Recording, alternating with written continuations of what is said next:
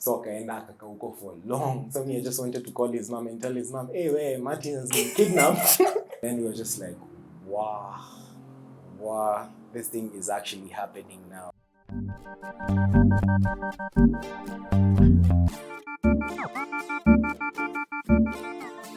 Good morning, good afternoon, good evening. Hi, I'm so glad that you stopped by. Welcome back to A Girl from the Reeft. And yes, we have we have gone back to Books Aside episodes. So today I am hosting a visual content creator, just a content creator, mwenye akona a lot to share. And I hope you'll stick around to see and watch and learn a few things. Don't forget to subscribe. Rock, hi. Hi. Karibu sana. I'm so glad that at least tumemake kufika hapa tufanye hii video. Yeah, so I wanted you to introduce yourself. Tuambie wewe ni nani and what you do right now. Right now? Yes, not right now. My name is Rock. I'm bad. My name is Rock and I'm a content creator. Content creator. Okay. Digital content creator, yes. Okay. Yeah. The last time uliniambia visual something and I was like, what's that? Yes, visual content creator. Yes. Okay. It's visual. What I create is visual.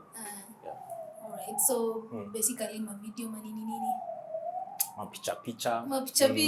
Okay. Yeah. So how did you get there? Like here, your point here, kukua visual. Because I'm pretty sure that so many people are wondering, nini, like content creation. Well, I think if you can just take a picture on your phone, you are a content creator. You've created something. It does not matter nini umepiga. It does not matter if it's somebody's artwork. Ukipiga another picture, that's not that picture. That's your picture. I get. Yeah. So how I got here. Well, ilianza. I think I fell in love with cameras kitambo. Okay. The first time I knew I was in love with cameras, my dad had this small Kodak. Kitambo. So he actually trained me to take my first picture. Wait, hizo zile cameras zilikuwa zinatokanga na zilikuwa ni negative? Yes. Film. Okay, I think I niliona. Okay, situko naita negative. Yes, bado nito negative. Yeah, okay. That's true. So I remember niliiba kamera ya mzee. Nikaanza kushoot my things hapa na pale. So akaenda kazi, walikuwa sema kuziosha. Akaiosha, akakaa na photos, I think ali notice too, but akakuja toka zileta, akaniambia ndio hizi picha zako. Zilikuwa I think 30 photos from that time, but mimi nilikuwa nimechukua like 12. So nili waste film. Na hakuna kitu angefanya. Yes, sikupiga watu, yani nilikuwa napiga tu randomly. Like naona shoe. Take a photo of the shoe, kadogie, take a photo of the dog, like that. Inakujam. Because hii kitu yake. I think ukikuwa nasemaje. Ukishakuwa na mtoto na akona that kind of interest, maybe ushai notice mapema. I think it's only fair that you support the child or something like that. I'm sure he was mad, but you know, utafanya nini? It's already but low-key happy that at least mtu yake ana share certain hobby with him or something. My dad, I'm not really sure if my dad like did that as a hobby. I think he just wanted to take pictures of us growing up, at least I'll keep memories or something. Yeah. That's very interesting. So basically utatuambia that is what ilikuingiza kwa. That is what inspired you? That's the first time I held a camera and I was like, I think I'm actually good with something. Shule nilikuwa, okay, shule sikuwa mbaya at all, but I think sikuwa napenda shule like any other kid. You used to love school? Yeah, so me, I never used to love school, but then I used to feel comfortable. I used to feel at home with the camera. Yeah. Oh, okay. Yeah. Then I think camera phones came. My uncle had the first camera phone I ever held. Alafu alikuwa na cam anajua tu phone yake atashinda nayo that whole time. Na mimi si wale watu wenye unaomba mtu nisaidie simu nicheze game na I used to take pictures. But back then was there hata kulikuwa na story ya kusema ati kucheza game kwa simu? Snake. Space sorry. Impact. What was Space Impact? You remember Space Impact? Actually, I only know Snake. A Snake. There was Snake. There was Space Impact. There was Tetris. Oh yes. Exactly. So me, I never used to play games. Me, I used to ask for, does your phone have a camera? Kama ina, staki mambo yako. Kama iko nayo, yeah, we are friends. So I think that's when nilipata fall in love with the camera first. So yeah. When did you start sasa now that officially this is my work, my line of work? I think it was in 2013 after school, sasa. After school. High school? Yeah, after high school. Yeah. I finished school in 2012.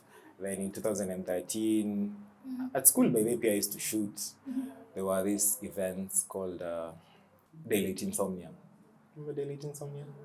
Anyone? Watonga Daylight Insomnia? Okay. Please confirm and comment. Yeah, so Daylight Insomnia, my friend who used to be a class ahead of me used to have a camera. So he had like a proper camera. So after I saw him with one, the interest came again because since once you get to high school, you are a teenager, unaanza kuwa very secretive, you don't want people to know your business, you don't want people to know what you do. Yeah, but after that, nikampata kona camera, nikamuomba, kaninyima.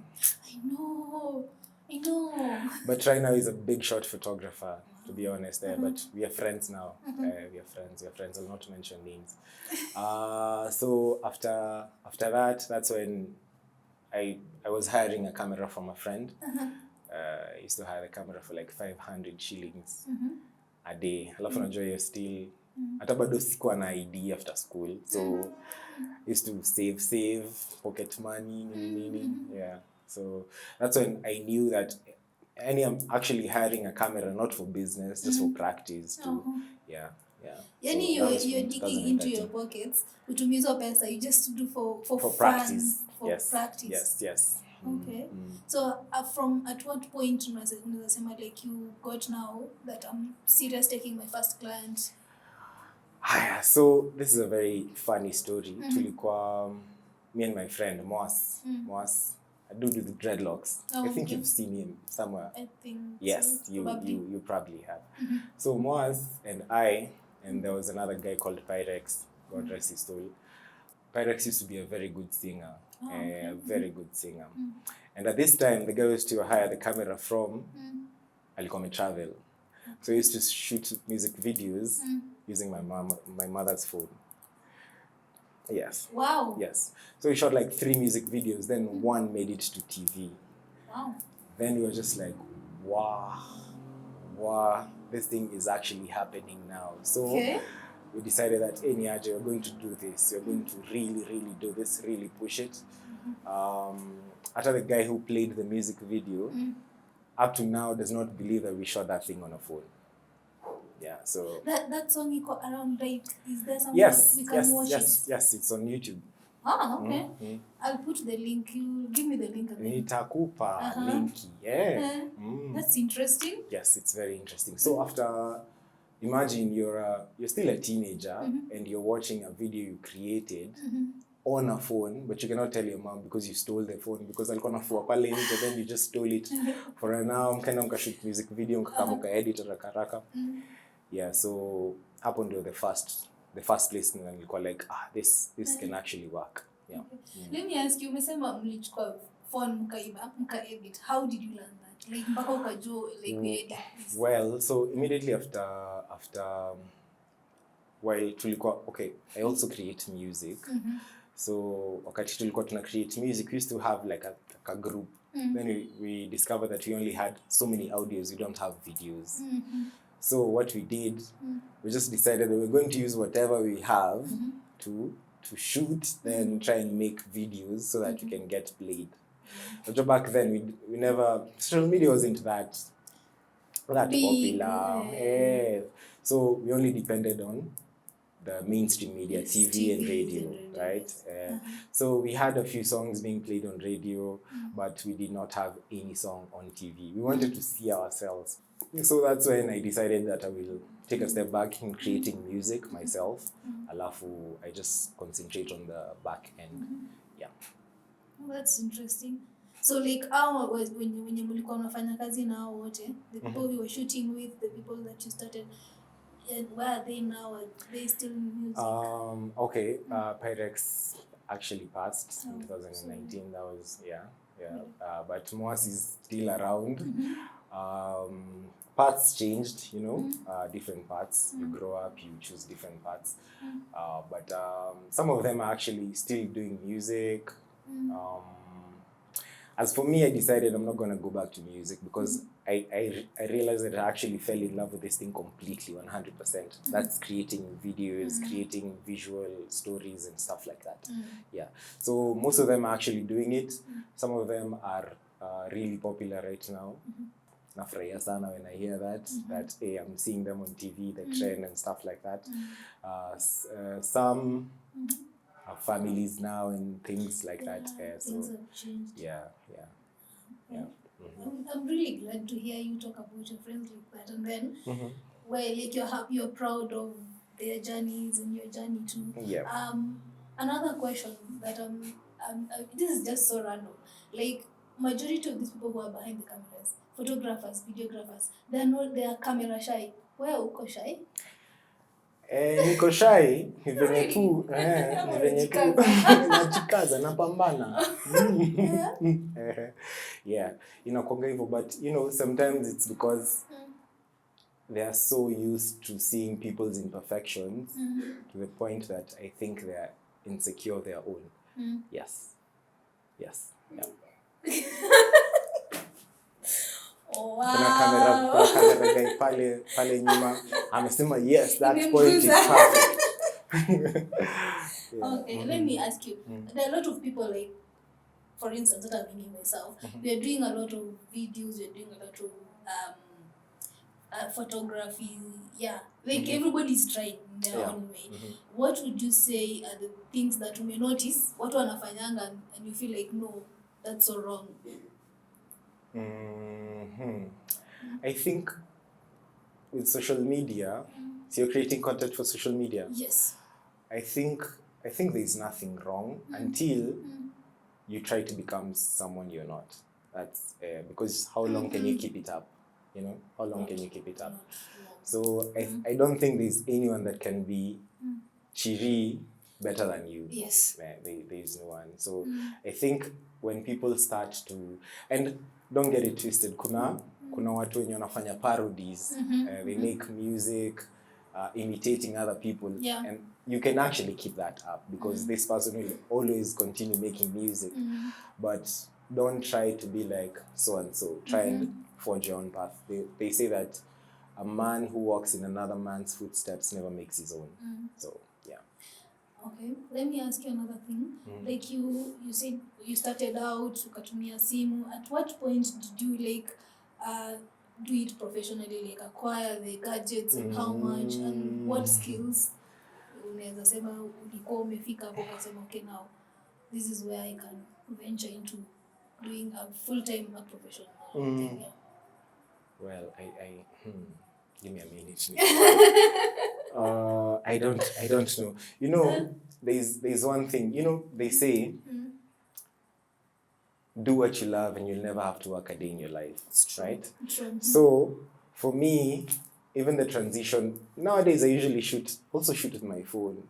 It's even client work, you're just like, I missed a shot somewhere, or I need to take this shot and I don't have time to get the camera settings straight, so you just shoot with your phone. Nowadays, phones shoot really well, but as for me, in terms of if professional actually means shooting with cameras, I think I got my first camera in 2016. That's when I got my first camera.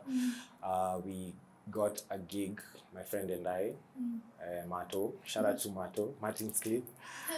We got our first gig. It was not like our first gig. I got the first camera in 2015, but it was a joint combined. That was very interesting. We got this camera in OLX. We didn't know if OLX, you remember OLX? Yes. Yeah. So How OLX. will you trust? It's a funny story. That's what I'm telling you. It's a very funny story. So we went. We needed a camera, right? Yeah. Then we went to meet the person. And meeting the person, we had money, and it was not even the full amount. So now the camera was being sold for like 60K. We had like 40K.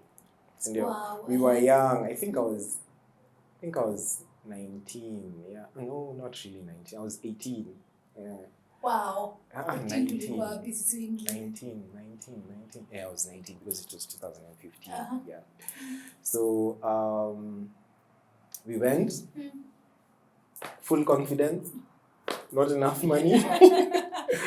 Going to meet a stranger. To buy a camera. But at least my friend was a little older, So we went, tukafika, tukaambia ni aje ni kwa compound ya mtu. We were like, hey, damn. So I came up with this master plan. I was like, Martin, look, you will go, you will leave me the money outside. Then, because it was him who was in communication with the person. So you leave me the money outside. Then if things are okay, you'll call me. Then I say nimefika tu sahi and I'm the one with the money. Yeah. So akaenda akakaa huko for long. So me, I just wanted to call his mom and tell his mom, hey, wait, Martin has been kidnapped. Online things. Yeah, but Martin came through. He was like, hey, amekubali. We found a lady selling the camera. So for us, tulikuwa tu like, hey, at least hatujaibiwa, but ilikuwa tu poa. Then alikubali, imagine, akatupatia camera na almost half the money, a little over half the money. Alafu wakatuambia we can just send her 10,000 once we get it. So okay, slash like 10,000 off the full amount. So we're going to get the first camera. So after that, then Samimi my camera sasa. We got a gig with that camera. Ilikuwa a 10-day trip from like there was an NGO called Building Bridges, I think. It's a Netherlands-based NGO. They come and talk to entrepreneurs. Alafu, it's like a competition. If they see you are really innovative and your business has a lot of potential, they give you money, funds. They even give you like advice and stuff like that. It's really good. You guys should check it out. I don't know if they're still around. So, after doing that 10-day trip, we went from Sijum Coast, Nairobi, Samburu, nini. So that's how we were paid. So after getting paid, I just looked for a camera and I got mine. Ukajitoa. Yes. Wow, that's really interesting. I'm pretty sure kishikanga hivi unajiambia this is the work of my hands. Sasa mimi nilianza kushoot like crazy. Yeah. Now at least you got the freedom and then you see ati mnaanza kuombana like you got with this. Now at least you can venture into whatever. Yeah. Okay.